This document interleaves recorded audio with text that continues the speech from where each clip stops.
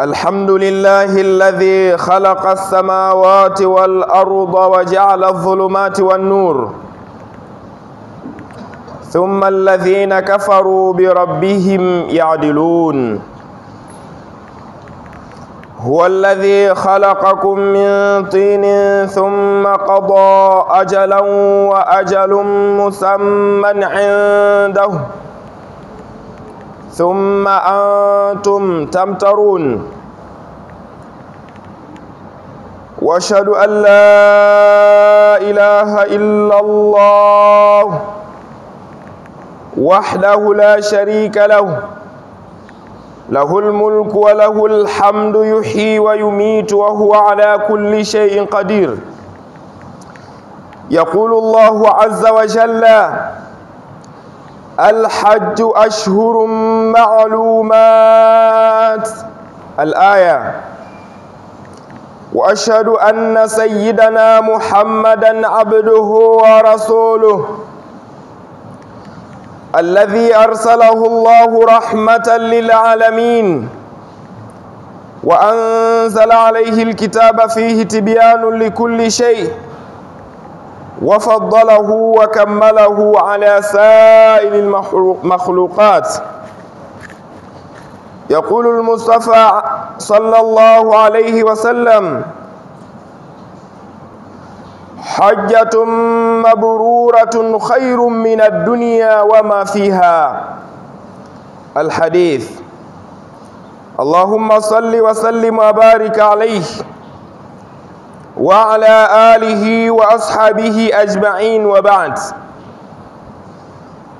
فيا عباد الله، أوصيكم وإياي بتقوى الله جل في العلا، فقد فاز المتقون. فإن التقوى هي الخوف من الجليل، والعمل بالتنزيل، والرضا بالقليل، والاستعداد ليوم الرحيل. أحبتي في الله، baada ya kumshukuru Allah jalla fil ula na kumtakia rehma mtume wetu Muhammad sallallahu alayhi wasallam, awali ya yote na wahusieni pamoja na kuihusia nafsi yangu katika swala zima la kumcha Allah jalla fil ula. Fa inna Allah tabaraka wa taala yaqul, kwa sababu Allah jalla fil ula anasema: ya ayyuhalladhina amanu taqullaha haqqa tuqatih wala tamutunna illa wa antum muslimun. Bali vile vile, ndugu zangu Waislamu, kwenye kumcha Allah jalla fil ula ndio kwenye mafanikio ya binadamu fi dunya wal akhirah. لأن الله تبارك وتعالى يقول، kwa sababu Allah anasema: ya ayyuhalladhina amanu taqullaha wa qulu qawlan sadida yuslih lakum a'malakum wa yaghfir lakum dhunubakum wa man yuti'i Allaha wa rasulahu faqad faza fawzan 'azima. Hapa wa man yuti'i Allaha wa rasulahu faqad faza fawzan 'azima, na yoyote atakayomtii Allah na mtume wake, basi mtu huyo amefuzu kufuzu kuliko kwa kukubwa. Ndugu zangu Waislamu, zipo aya nyingi sana zinaonesha kwamba kumcha Allah jalla fil ula, kumtii Allah tabaraka wa taala, ndiko kwenye mafanikio ya binadamu.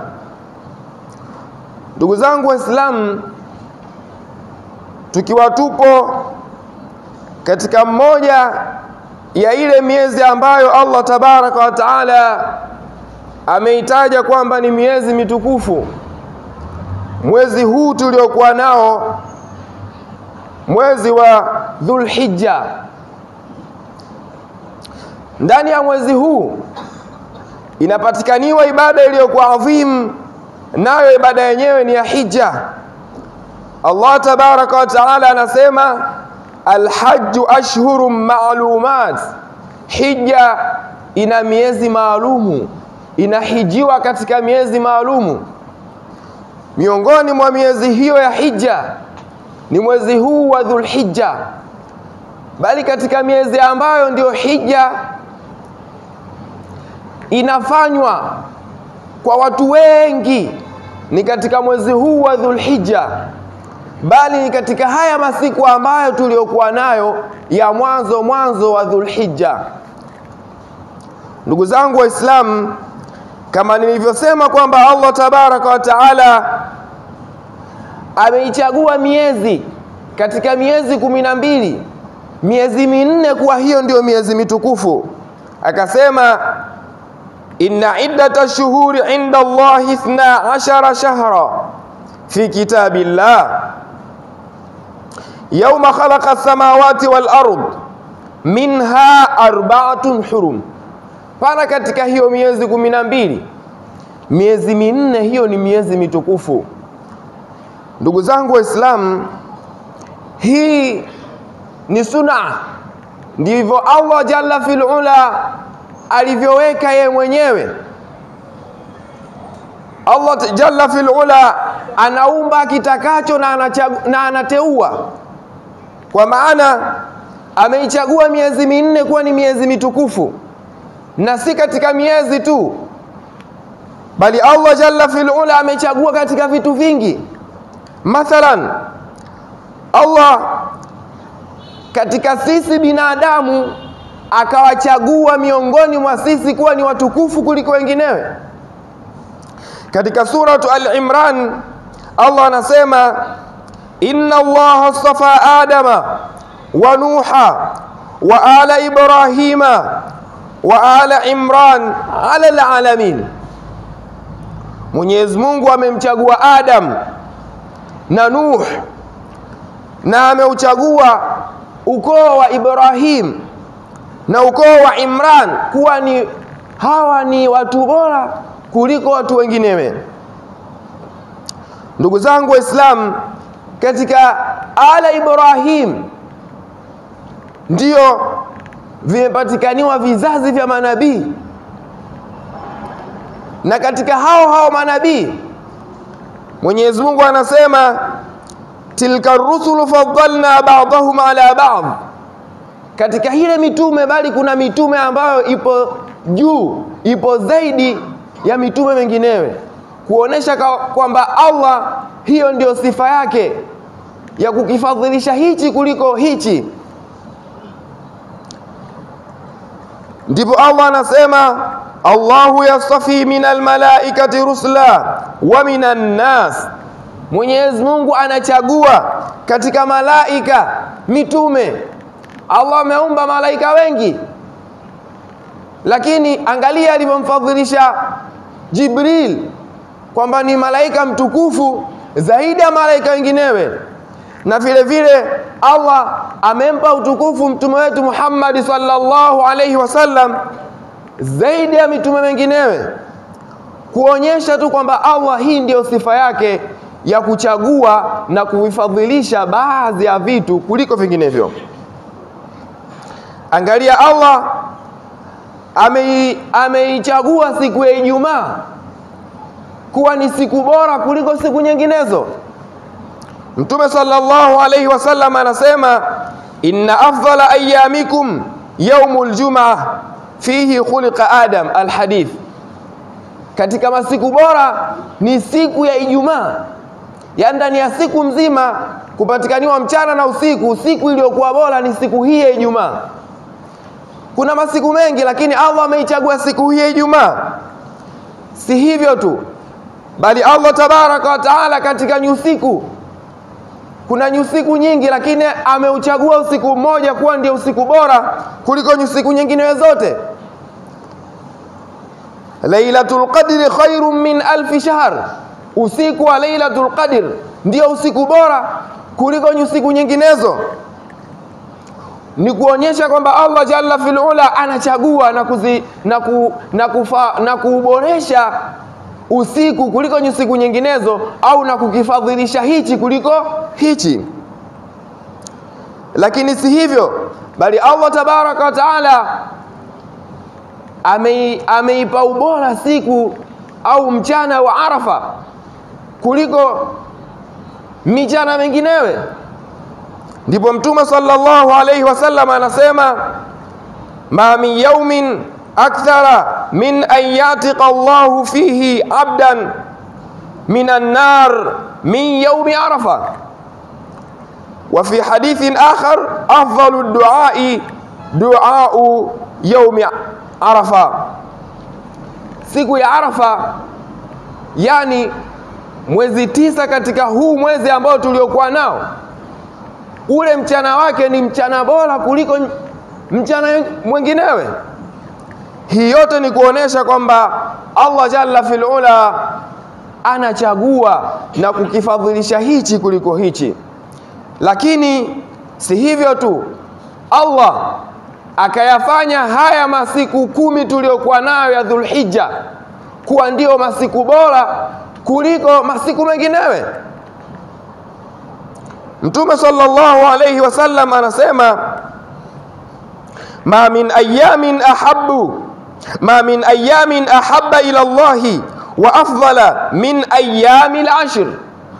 Hakuna masiku yaliyokuwa bora kuliko masiku haya, yani mchana wa masiku haya 10 ya Dhulhijja.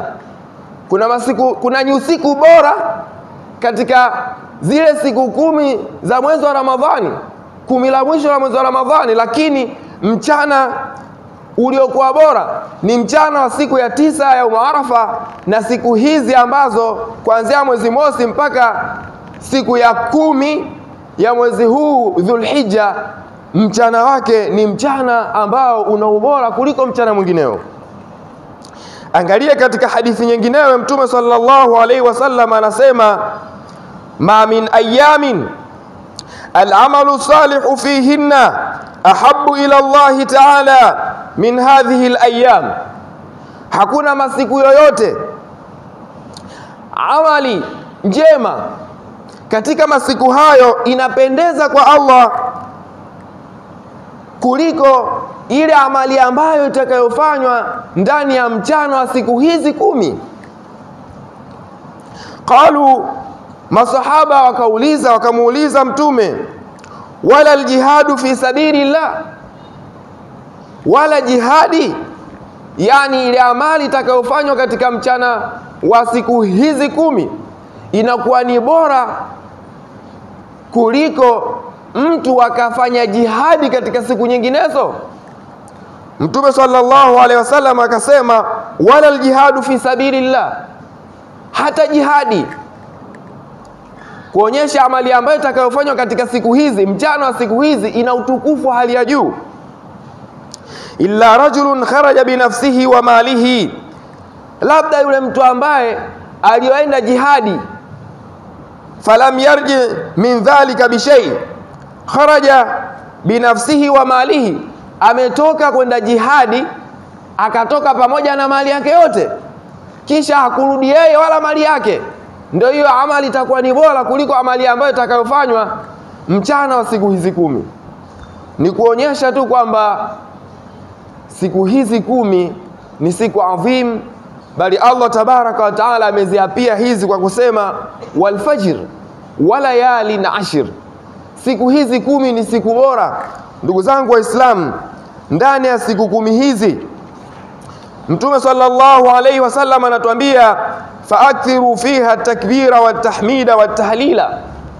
Baada ya kutuambia amali iliyokuwa bora inayofanyika ndani ya mchana wa siku hizi inakuwa ni bora zaidi, basi Mtume akatuhimiza tukithirishe sana kutoa takbira kwa kusema Allahu akbar mara nyingi, wa tahmid, na tumhimidi Mwenyezi Mungu mara nyingi kwa kusema alhamdulillah, wa tahlil, na vile vile tutamke sana kalimatu la ilaha illa Allah. Ndugu zangu Waislamu, huu ndio ubora uliopo katika hizi siku 10. Tusighafirike nazo, tujitahidi kufanya amali zilizokuwa njema, kwani amali ambayo utakayoifanya ndani ya masiku haya ina ubora zaidi kuliko amali ambayo utakayoifanya katika masiku menginewe. Barakallahu li wa lakum bil Qur'anil azim wa nafani wa iyyakum lima fihi min ayati wa dhikril hakim. وتقبل مني ومنكم تلاوته إنه هو السميع العليم. وأستغفر الله العظيم لي ولكم ولسائر المسلمين والمسلمات فاستغفروه فيا فوز المستغفرين وتوبوا إليه فيا نجاة التائبين. ادعوا الله أنتم موقنون بالإجابة.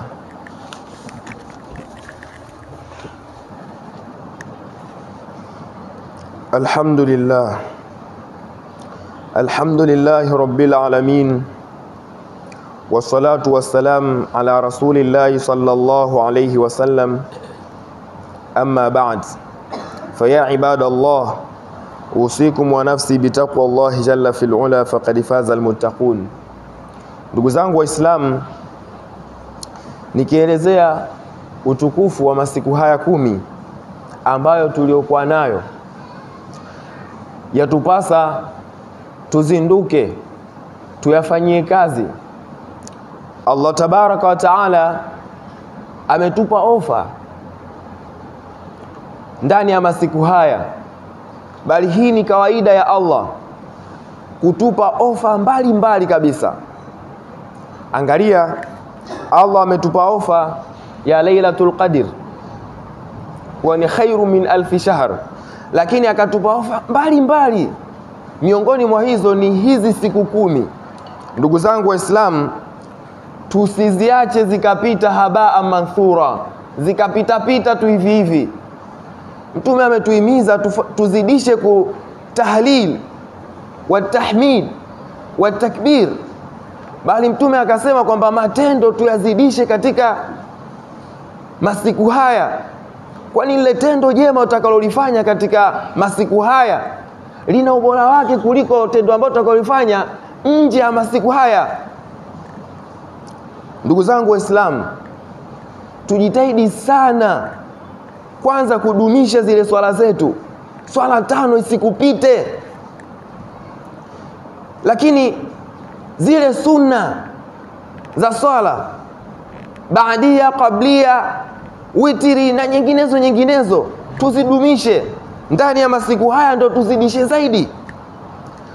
Bali tufunge ndani ya masiku haya, ni aula, ni bora ukafunga kuanzia tangia mwezi ulivyoandama, mwezi mosi mpaka mwezi 9 ya Arafa, ukaipata ile siku ya Arafa. Lakini ni ukose zote kufunga, ndugu yangu Muislamu, usije ukaghafirika kuifunga ya Arafa, utapata hasara iliyokuwa kubwa. Kwa sababu Mtume alipoulizwa kuhusiana na funga ya Arafa akasema hivi: yukaffiru sanata almadhiya walbaqiya, funga hii moja tu ya siku hii moja ya Arafa inafuta dhambi za mwaka uliopita na mwaka mmoja uniokuja. Sote tuna madhambi, lakini ile funga ya Arafa ukaifunga na ukafanya istighfari mbalimbali na ukafanya tauba, basi Mwenyezi Mungu anakusamehe dhambi zako zote zilizopita, za mwaka uliopita, bali na za mwaka ujao. Ni ofa, lakini bil asafi shadidi itafika ya Arafa na watu wataendelea kula. Huu ni mtihani. Ndugu zangu Waislamu, tuzinduke, bali katika masiku haya tukithirishe sana kuisoma Qur'ani.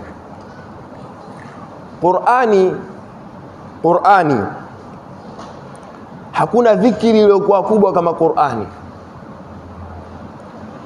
Yaani mtu anaosoma Qur'ani aya 2 tu akazisoma, na wewe ukakaa kitako na subhanallahi wa bihamdihi subhanallahil azim mara 10, ndugu yangu, huyo alosoma aya 2 katika Qur'ani kakuacha mbali katika malipo, kwa sababu Mwenyezi Mungu katika Qur'ani analipa kila herufi hii moja thawabu 10.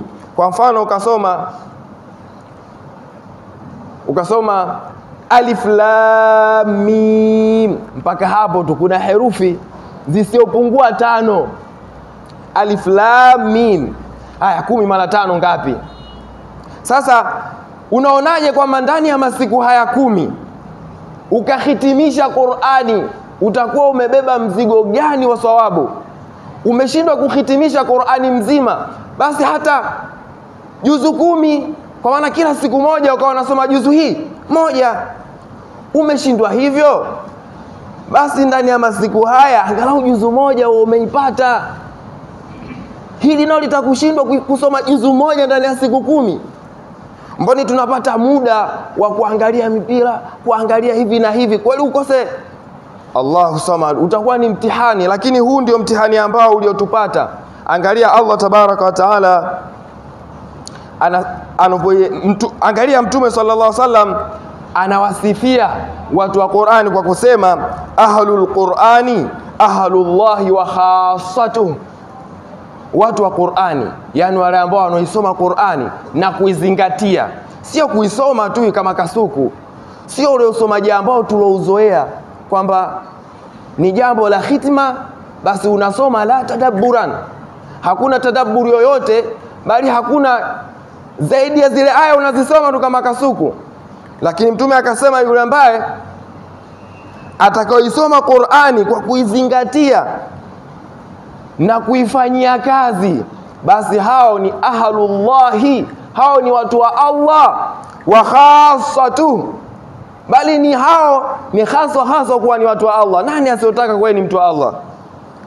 Lakini leo hii kitabu cha Allah tumekiweka nyuma kabisa. Tupo tayari kusoma magazeti. Mtu anapita Dar es Salaam kakuta meza ya gazeti, kasimama anasoma, dakika 5-6 zimempita. Anaenda hatua 2-3, kakuta kichwa cha habari kimempendezesha, kasimama anasoma. Qur'ani ipo nyumbani kwake, msaafu umejaa vumbi. Ndugu zangu Waislamu, huu ni mtihani. Na wala isiwe Qur'ani kwa ajili ya dua tu, la ghasha.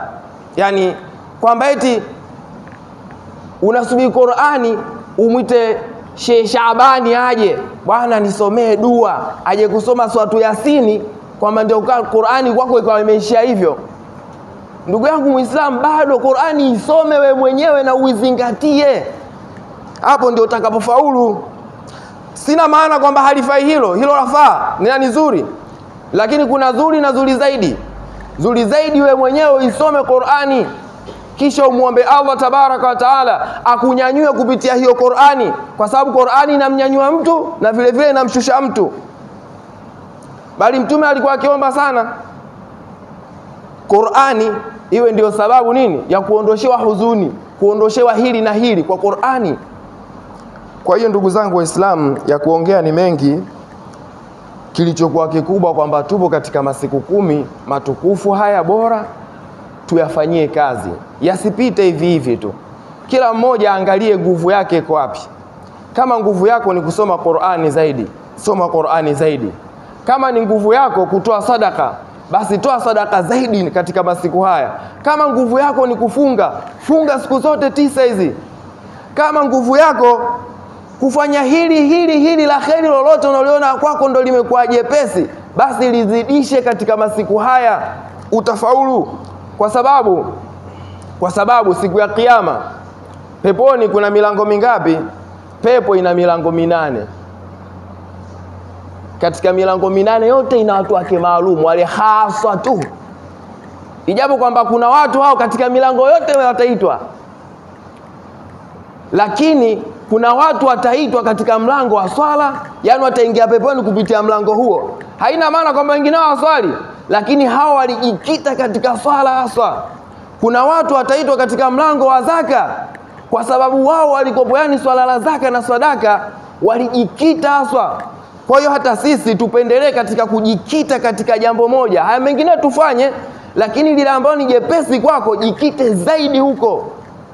Ukiwa tajiri jikite zaidi kwenye kutoa. Ukiwa mfundishaji jikite zaidi katika kufundisha. Ukiwa wewe ni msomaji Qur'ani jikite zaidi hivyo. Allah atakujalia utaitwa katika milango 8 hiyo, ima yote au moja hiyo, hautonusurika ukaitwa. Ndugu zangu Waislamu, ya kuongea mengi tutosheke na haya. Inna Allaha malaikatahu yusalluna ala nabii ya ayyuhalladhina amanu sallu alayhi wa sallimu taslima. Allahumma salli ala sayidina Muhammad wa ala ali sayidina Muhammad kama sallaita ala Ibrahima wa ala ali Ibrahim fil alamin innaka Hamidum Majid. Rabbana la tu'akhidhna in nasina aw akhtana. Rabbana wa la tahmil alayna isran kama hamaltahu ala alladhina min qablina. Rabbana wa la tuhammilna ma la taqata lana bih wa'fu anna waghfir lana warhamna أنت مولانا فانصرنا على القوم الكافرين. اللهم اغفر للمؤمنين والمؤمنات والمسلمين والمسلمات الأحياء منهم والأموات برحمتك يا أرحم الراحمين. عباد الله، هذا وصلى الله على سيدنا محمد وعلى آله وصحبه وسلم. أقم الصلاة.